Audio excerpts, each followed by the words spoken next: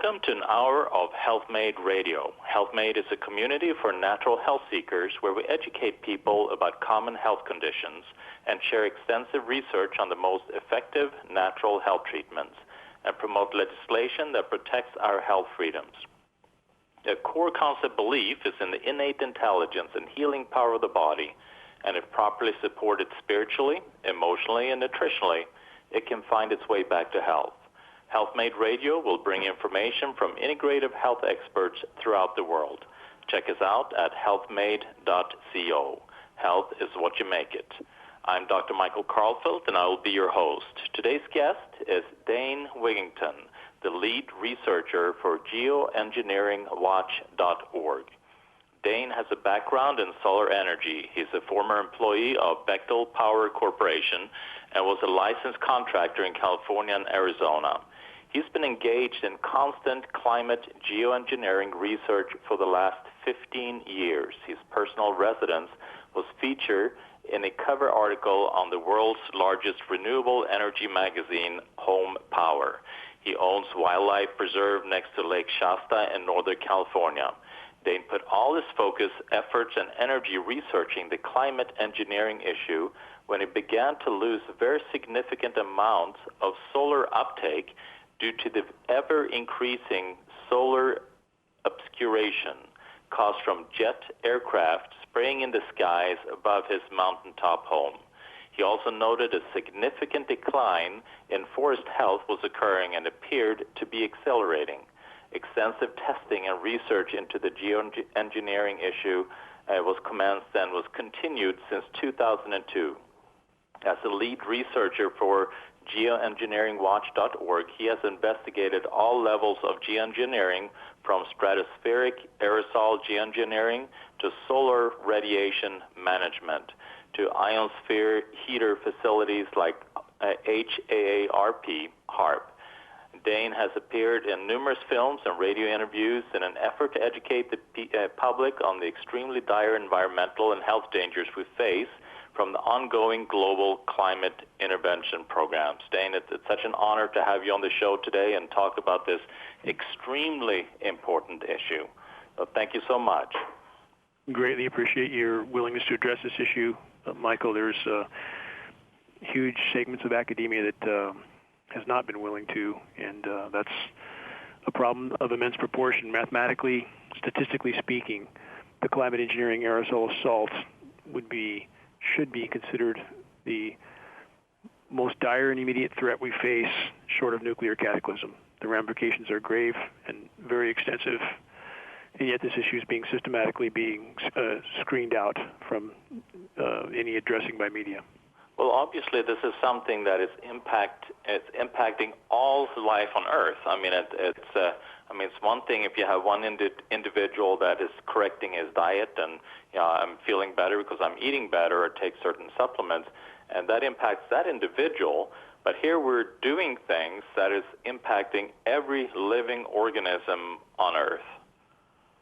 I couldn't have given a better summary, and that's the bottom line. There is nothing that the atmospheric aerosol spraying and radio frequency microwave transmission assault, that's literally what it is, against the entire web of life, against Earth's very life support systems. There is nothing from a planetary standpoint, from a web of life standpoint, that it does not affect. It affects virtually everything, every breath we take. It affects every aspect of Earth's life support systems. This is the pharmaceutical industrial complex approach to masking issues with the planet at the cost of decimating Earth's very core life support system. So, I mean, your assessment is exactly on target. So, we're talking about geoengineering, and how would you define geoengineering? What is that? That's an attempt to engineer Earth's life support system. So if we get to the core, people ask, of course, Michael, why? Why would they do this? Why would those in power want to do this? And they look at this as a, quote, risk-to-risk scenario. In order to keep the current paradigm, in order to keep the same stranglehold on power, in order to keep, quote, business as usual, they felt, going back over 7 decades, that they would need to mask the severity of damage that was being done to the planet, not to mitigate it, but to mask it. So we have various forms of geoengineering, which refers to a more comprehensible term of climate engineering. Solar radiation management, primary aspect. What does that mean? It means to spray light-blocking, light-scattering, reflective particles into the atmosphere in the extraordinarily misguided attempt to block some of the sun's incoming thermal energy, but to slow down the warming of the planet. But what else does that do? Completely disrupts the hydrological cycle, the rain cycle, destroys the ozone layer, disrupts all upper-level wind, weather pattern currents, and contaminates virtually the entire biosphere, including every breath we take. And how much material are we talking about that they propose and appear to be dispersing? Stated on film and on the record by the world's most recognized geoengineer, Dr. David Keith from Harvard. Not that he's a true core of this equation. He's more of a public relations prop. But their stated goal to put 20 million tons of aluminum nanoparticulates into the atmosphere annually. The smaller the particle, and we're talking about unimaginably small particles, nanoparticulates, which are exponentially smaller than anything air quality tests for. So the smaller the particle, the more dangerous it is to us. The more bioavailable it is to our bodies, the more bioaccumulative it is. 20 million tons annually is an unimaginable number. And, Michael, you know the effect of aluminum relating to neurological disease, Alzheimer's, dementia, both of those ailments off the scale. And we know these particles are in the air column because we've tested all over the world. So you're saying 20 million tons, and that is per year. Are we looking at throughout the whole world, or are we talking just in a specific geographic area? Globally. Globally. So this is something that is not just a project of United States or a specific country. This is something that, it's been a global decision that this is what we're moving forward with. Absolutely. And all countries are participating either actively or passively. We have government documents, for example, Michael, some, in one case, almost 800 pages long, a U.S. Senate document from 1978 that outlines, this is posted at geoengineeringwatch.org, by the way, and we have about 2,700 posts. And you can find things at our site by searching, for example, in that case, you can search geoengineeringwatch.org massive Senate document. It's easier. We've tried to label things in a way that they're easier to find on the site. But in the case of this document, refers to global cooperation and that countries that would normally have adversarial relationships will cooperate on the climate engineering issue because of the, quote, cross-border ramifications. You can't just climate engineer over your own country. It affects the entire planet. So there is no question that there is global cooperation. We have another interview from a scientist within the program who was found suicided in his garage 2 weeks after this exchange. But he describes, and this is on our site as well, under the subject, if you search geoengineeringwatch.org, Deep Shield interview. But he describes in great scientific detail the interaction between nations, the precautions that are taken between nations to ensure, in the case of the materials being dispersed, that they are in conformity with what these programs have outlined.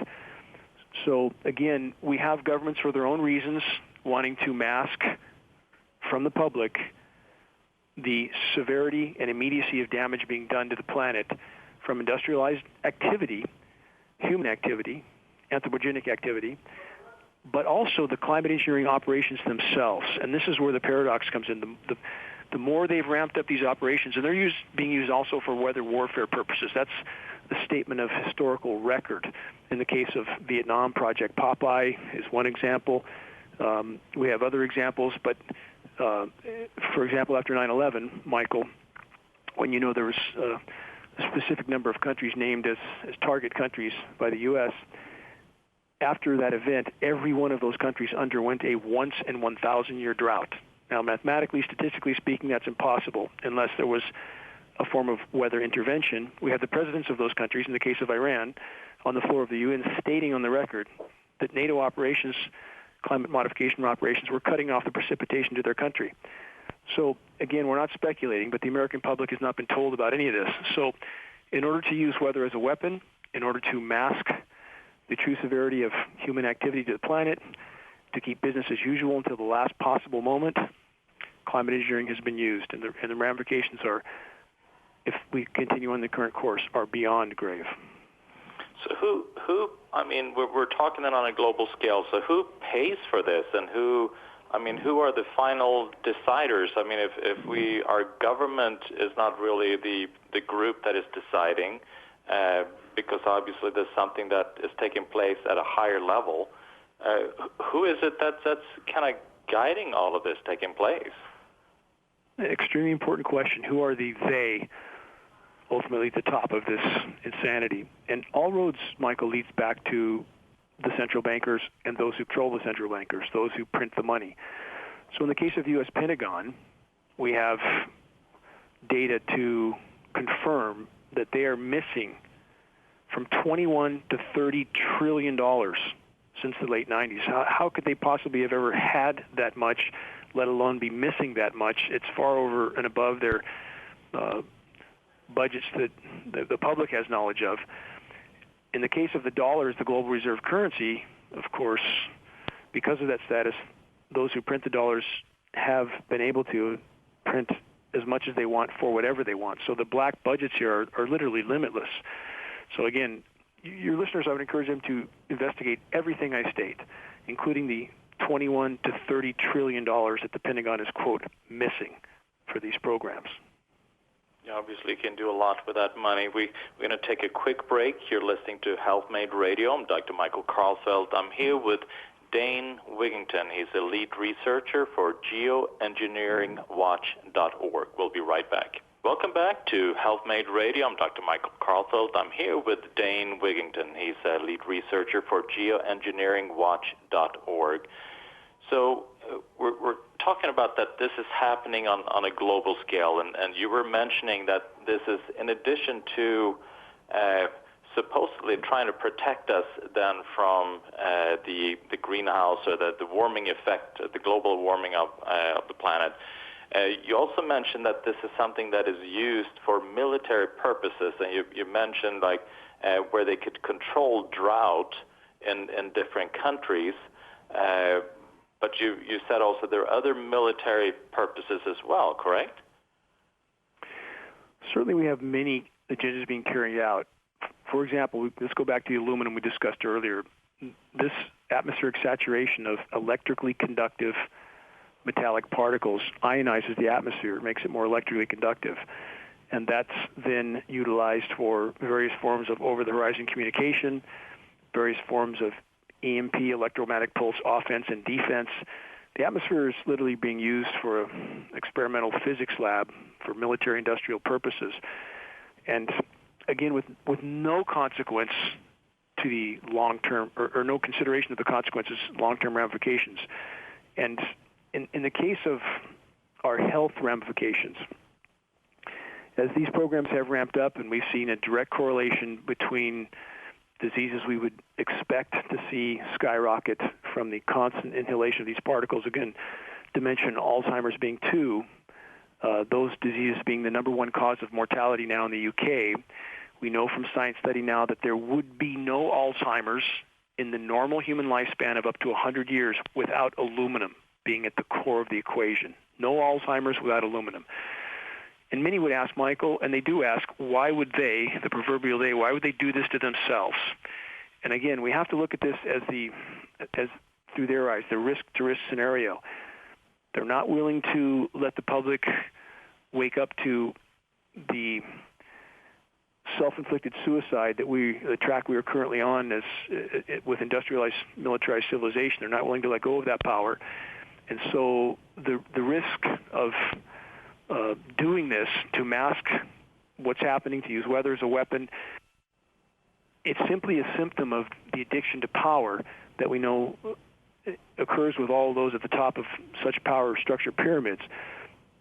In the case of the aluminum, we know they have chelation methods that are not available to the general public. We've spoken to one individual that's gone through this chelation in Germany, in a facility in Germany, that if this type of chelation was done annually, it would, in theory, exempt the elite from the symptoms of this atmospheric saturation of these particles. Two, if we look at what have they already done to themselves? Again, if we're asking that question, why would those in power do this to themselves? 2,000 plus nuclear bomb detonations over the planet, which has contaminated every living thing. But they did it anyway. We have Fukushima, which is a potential extinction level event by itself, and yet we have 60 more nuke plants being built right now. We have some 450 already in existence, all of which are eventually going to be Fukushimas. So we're not dealing with sanity. And that, in regard to the why would they do this to themselves, again, we're not dealing with sanity. We're dealing with an addiction to power. Does an addict care if the addiction will kill him eventually? Seems the answer is no. And the interesting part, so along with this, like you're talking about EMF and radio frequencies, microwave, they're also, it's such a huge push with this 5G that's going on. So is this something that kind of goes right along with that? Yes. Now, on the subject of RF microwave transmissions, all of which are harmful to every living life form. Now, in the case of the transmissions that are being used to manipulate the atmospheric particles, and they are being used, the facility you mentioned in the intro, Haarp, is a microwave transmitter in Alaska. Many people have heard of Haarp. It's one of perhaps 100 such facilities around the globe. And these facilities transmit an extraordinary amount of power into the ionosphere, causing an electrical chain reaction that heats the ionosphere. And in doing so, they can create high and low pressure zones, which in turn can manipulate upper-level wind currents, which in turn can steer weather systems. And these transmissions, again, extraordinarily dangerous when you can move an air mass with these transmissions that is saturated with the electrically conductive particles we've discussed. Then you move the weather system with it. So in regards to the threat to us, I hope that those who are addressing 5G, very justifiably so, that's an immense threat, and I would argue it's to do with much more than communication. We know 5G transmissions are used by the military as a form of crowd control with very grave ramifications there. I mean, your listeners can look that up as well. But the transmission signal strength in relation to the climate engineering operations is much greater. So when we see some of these towers that are being outfitted with 5G, we know the service entrance to those towers even before that was 10 times more. The potential power availability was 10 times more than those towers needed. And those towers, in so many cases, are being used for weather modification operations. And we can see that on precipitation maps, so we're not guessing. And in the case of aluminum, for example, it's something your listeners might not know of, and this is just to corroborate the effect of this material in the air column. Michael, the bees are dying, correct? Yes, absolutely. I mean, and the impact that it has on growing food and feeding our planet is tremendous, because bees is such an intricate part in that whole process. Pollinators are imperative. We must have them. And it's not just the bees. It's insects across the board. In fact, geoengineeringwatch.org was the first major source, to our knowledge, that reported insect population collapses almost 10 years before the climate science community did, because of our work with former Forest Service biologists and former fish and game biologists. We reported an 80 to 90% terrestrial insect population collapse in Northern California in, I believe, 2012. What do we have now? Your listeners can look, insect apocalypse. We have science communities in many regions of the globe acknowledging what we acknowledged many years before. In the case of the bees, if your listeners will search bees/aluminum, they'll find peer-reviewed science study to prove that the bees are dying of symptoms that resemble Alzheimer's and dementia in a human being. Why? Because they are saturated with aluminum. And I mean, what a massive glaring red flag is that? It's not to say that that's the only cause of their demise. The RF microwave signals, radio frequency microwave signals, are a factor. Insecticides are a factor. But when we knew the bees were dying 1,000 miles away from the nearest farm or civilization of any type, we knew there's more to the equation. And again, the aluminum now being ubiquitous in the atmosphere because of these global aerosol spraying operations. We have peer-reviewed science study to prove this fact, what it's doing to the bees. Same situation with human beings. What will it take to bring this issue to light?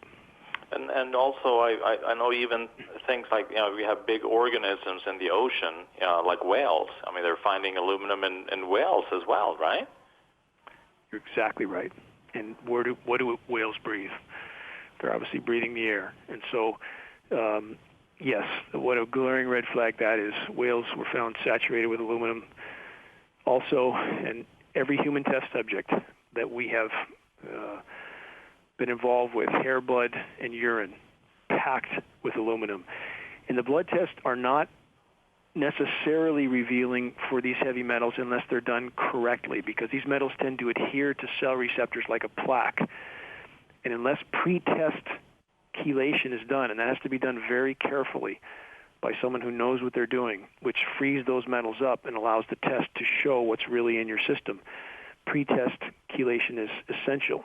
And even with hair testing, if aluminum doesn't show up in hair, that's generally, based on all available data, a sign that that particular individual is not, their system is not successfully expelling that metal, which doesn't mean it's not there.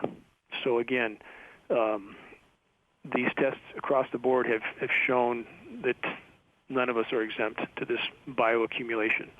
Yeah, because what's floating around in the blood, I mean, the body obviously does not want to have a bunch of heavy metals floating around in the blood, so it's going to place it somewhere in tissue for storage. So, yes. Yeah, like you're saying, you need then a provocation or a chelating agent to kind of knock these heavy metals out, and then you can kind of check in your urine or you can check in your hair. But like you're saying, also in the hair, you need to have your adrenals need to be strong enough. You need to have nutritionally, you need to be strong enough to be able to excrete these heavy metals that will show up in the hair. Exactly. Yeah. And we have another factor that makes the equation exponentially worse still. And we have peer-reviewed science study on this in regard to the synergistic toxicity between aluminum and mercury. We all have mercury in us. We know that from coal-fired power plants, other sources, amalgam fillings. We all have aluminum in us now. And we have peer-reviewed study to prove, in the case of lab rats, the combination of those two metals made the overall toxicity 100 times worse, 10,000% worse. So this is truly a toxic brew we have. And now let's add barium, let's add strontium, manganese, other elements that we know are related to climate engineering patents. And there's another element on top of all of this, polymer fibers. And now we are seeing finally an acknowledgement from the science community, this is recent acknowledgement, some as recent as last week, of the polymer nanoparticulates that are being found everywhere on the planet in unbelievably large quantities. And now we have that in the mix. So, again, we are literally being treated as lab rats. And this is not to deny other forms of human damage to the planet. It's not to deny industrialized pollution, agricultural pesticide pollution. I'm not denying any of that. We're just saying that this massive piece of the puzzle is not being acknowledged by any mainstream source, any official agency, any elected official. We have an illegal federal gag order right now on all National Weather Service and all NOAA employees, the weathermen. This situation is a tremendous effort being made to hide it, and we must expose it and stop it, or we're on a very limited time frame, Michael. Yeah, thank you. We're going to take a quick break. You're listening to Healthmade Radio. I'm Dr. Michael Karlfeldt. I'm here with Dane Wigington. He is the lead researcher for a very, very important organization called geoengineeringwatch.org, where it's just a tremendous amount of research, tremendous amount of resources in regards to what we're currently being exposed to. We'll be right back. Welcome back to Healthmade Radio. I'm Dr. Michael Karlfeldt. I'm here with Dane Wigington, and we're discussing geoengineering, what is being done to our planet and how we are impacted, and what we need to do. Actually, that would be our last discussion. What we need to do to maybe change this course, because it looks like it's ubiquitous, it's everywhere, and the people in power are the ones that control everything, and what can we do as an individual? But we'll get back to that component a little bit later on in the show. So I'm curious, is there a benefit? I mean, you're talking, they're doing these geoengineering to cover up what has been done to the planet for the last 100 years, I would assume.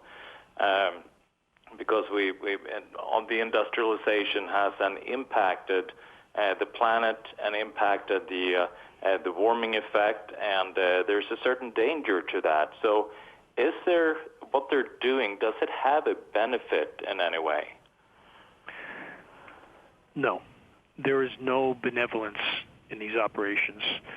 And in fact, from every conceivable direction, they are pounding the nails into our collective coffins. If we look at a couple other aspects of this, climate engineers can create short-term, large-scale cooling, again with jet stream manipulation and seeding clouds with what's called chemical ice nucleation elements. These are endothermic, i.e. energy-absorbing elements that causes ice to nucleate, much like the, Michael, your first aid kit that holds the ice pack. You can sit at room temperature for 20 years. You mix those endothermic elements together, you have ice immediately.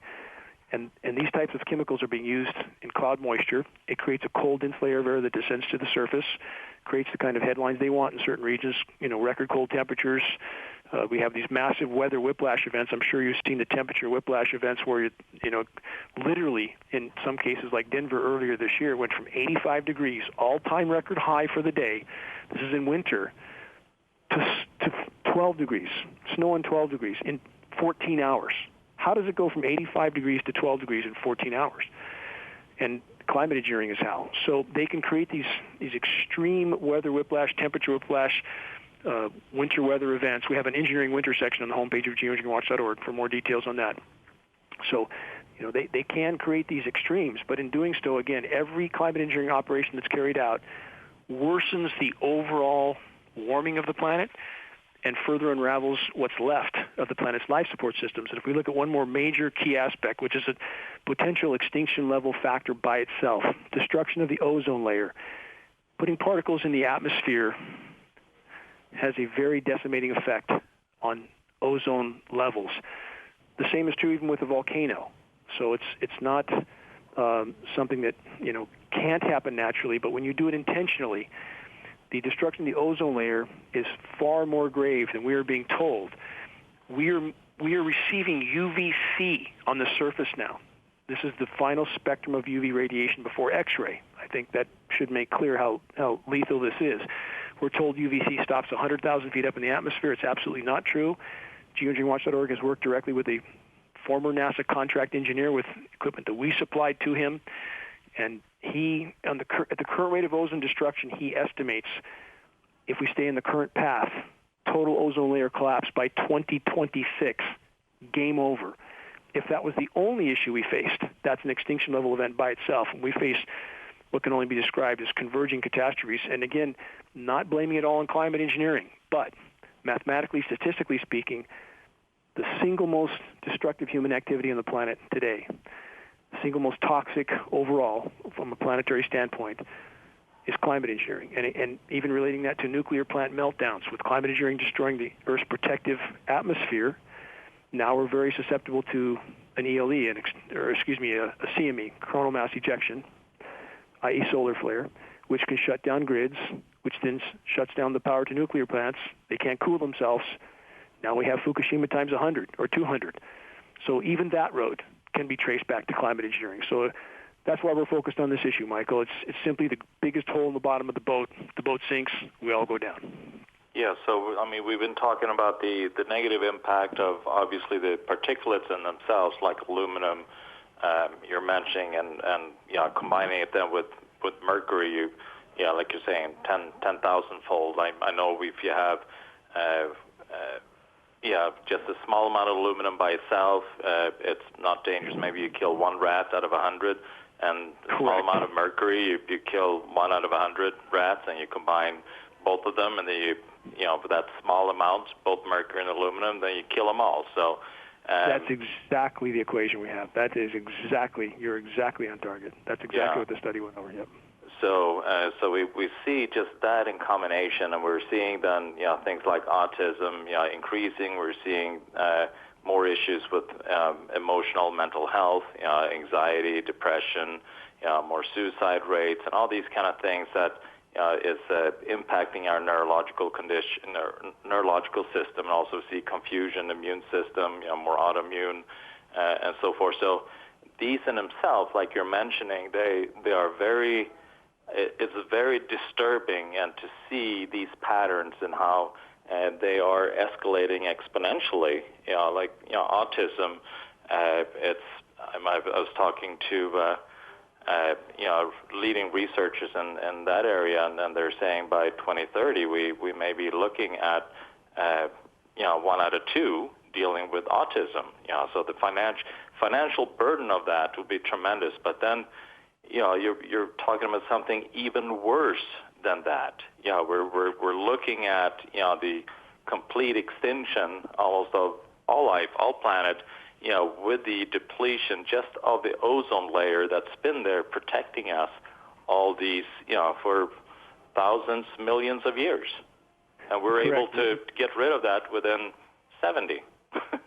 With you on all those points. Dr. Stephanie Seneff from MIT, who stated, what you just cited with the autism, she originally stated 2025 for the date when every other child, 1 and 2, as you stated, would have autism, and she moved that to 2030, as you stated. Yeah. So I'm not sure if she got pressure on her about that or not. I've had some communication with Dr. Seneff, but she was not able to address the climate engineering issue. It's just simply this issue that they are not allowed to talk about.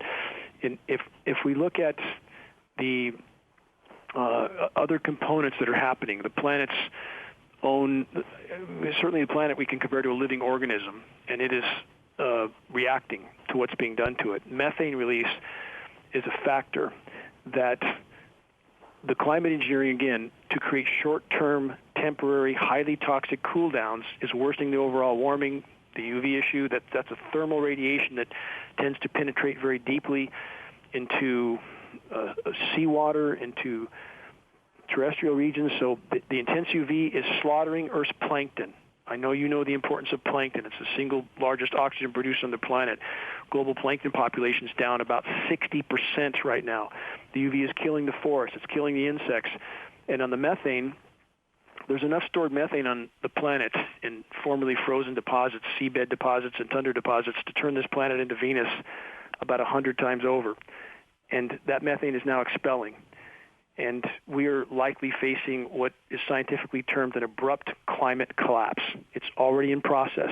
Every day they continue to climate engineer and not allow the planet to respond on its own. As you stated at the entrance to this broadcast, that I completely agree with, when the body is given what it needs to respond on its own, the results are miraculous. And the planet may be in the same category. We should expect it to be in the same category, but we must allow it to respond on its own. And climate engineering is a virtual straitjacket on the planet's life support systems. In regard to, this is an important question, I'll give this back to you, Michael, but I want to make sure I address this. The condensation trail lie, the condensation trail narrative, for those that have chosen to believe that these long horizon-to-horizon trails that we see in our skies, and we have film footage of them being turned on and off. We have photographs of the nozzles. We have patents on the spraying mechanisms. This is not condensation. All military tankers, all commercial carriers are fitted with what's scientifically termed a high bypass turbofan jet engine. It's a jet-powered fan. That engine by design is nearly incapable of creating any condensation trail except under rare and extreme circumstances, and then only for a short duration. We are seeing sprayed particulate dispersions. This is not condensation. Much longer, more in-depth tutorial on the homepage of geoengineeringwatch.org. So this is not condensation in our skies. This is particulate dispersions. We're going to take a quick break. I'm Dr. Michael Karlfeldt. I'm here with Dane Wigington, and we're talking about something extremely disturbing, what is being done to our planet through geoengineering. We'll be right back. Welcome back to Healthmade Radio. I'm Dr. Michael Karlfeldt. I'm here with Dane Wigington.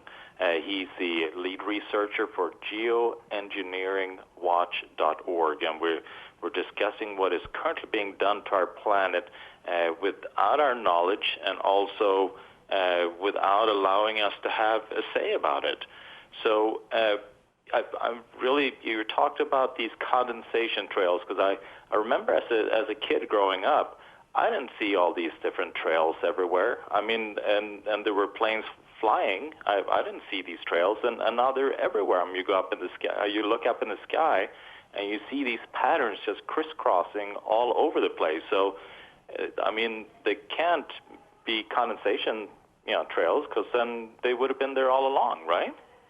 They would have, and even former commercial carrier engines going back to pre-1970s, I believe, you had low bypass jet engines, which could produce a short-lived trail. We're more prone to produce a short-lived trail, I should say. But that's not the case with a high bypass turbofan jet engine. 90% of the air that moves through a high bypass turbofan jet engine is not combusted. Again, it's a jet-powered fan. It is not conducive to forming any condensation trails except under rare and extreme circumstances. And, Michael, you probably heard people refer to, remember World War II and the bombers and all the long trails they left behind them. Well, we found on military archives up-close film footage, this is posted to geoengineeringwatch.org as well, of B-17 bombers shutting their, quote, condensation trail off as if it had been cut with a knife. That's not condensation. That was a sprayed dispersion. There's no question that this testing was going on even at the end of World War II, because we know these programs were deployed immediately after World War II. And so this film footage is incredibly damning that we have. We know also, in the case of those primitive engines that drove those aircraft, they put out a lot of particulate matter, making them prone to, be more visible. They had water vapor injection systems on them as well, but it appears they were used for beta testing for climate engineering. And again, when you shut a dispersion like that, a trail, off instantly, as if it's been cut with a knife, that's a sprayed dispersion. They didn't kill all those engines at once, flying in formation and remaining in formation with nothing, left for a trail. So the film footage we have is absolutely conclusive, not just of that, but of current military tankers, KC-10s, KC-135s, nozzles visible, turning on and off, end of discussion. It's not condensation. It is a sprayed dispersion, period.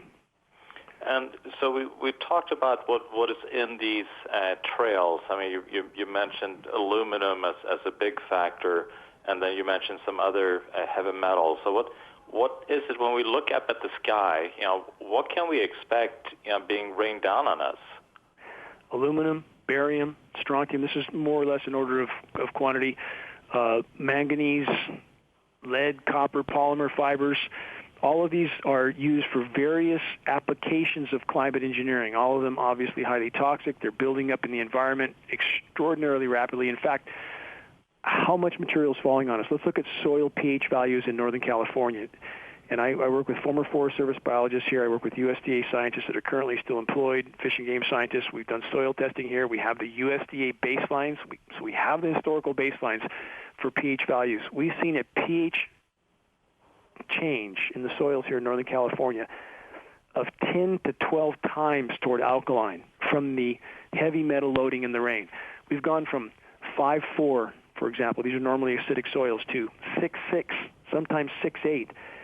There's that much metal in the rain. We've seen rain pH values of nearly neutral, about 6.6, 6.8. That is not what rain pH value should be given the carbon loading in our atmosphere. We normally would see a rain pH value in the 5-6 range in that category because of, again, all the carbon we put in the atmosphere.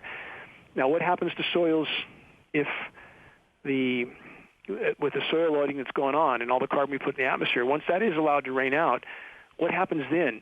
Aluminum that's chelated in soils becomes bioavailable at pH values below 5-6. Now all this toxicity that's been loaded into our soils, once it begins to, the carbon it rains out, now we've freed all that up, becomes bioavailable. What happens to the root systems when they are exposed to this? We have peer-reviewed study to prove that when root systems are exposed to bioavailable aluminum, they shut down nutrient uptake. That's why Monsanto has engineered aluminum-resistant seeds in part of the ongoing insanity related to these programs. So from every conceivable direction, Michael, from the destroyed ozone layer, disruption of hydrological cycle, which is affecting forest fires, that's the single greatest causal factor, is climate engineering at this point because of its effect on the forests and the hydrological cycle. It's contaminating our air. It's killing plankton. I mean, I could go on and on. From every conceivable direction, climate engineering is pounding the nails again into our collective coffins. Yeah, so we have, like you mentioned with the plants, the whole idea with, that the rain is acidic is that it can then be neutralized by the minerals in the ground. This acidity will then react to the alkaline minerals in the soil, and so the plants can then absorb these minerals. So now instead of the minerals, it's then absorbing then the heavy metals, and like you're saying, as a protective mechanism, it just kind of shuts these plants down. So now we're having to rely on food that is created by Monsanto, and we become dependent because we are not allowed to have our own seeds or grow our own seeds, and we're not able to because the normal plant system is being being eliminated. It's atrocious. Yeah. And then you're talking about all the insects and animals. They move. They're very dependent on cycles and kind of frequencies, or kind of how I should say the Earth atmosphere and the EMF and the pulsation of the EMF. And if we're disturbing all of that, that's creating a tremendous confusion with all these living organisms.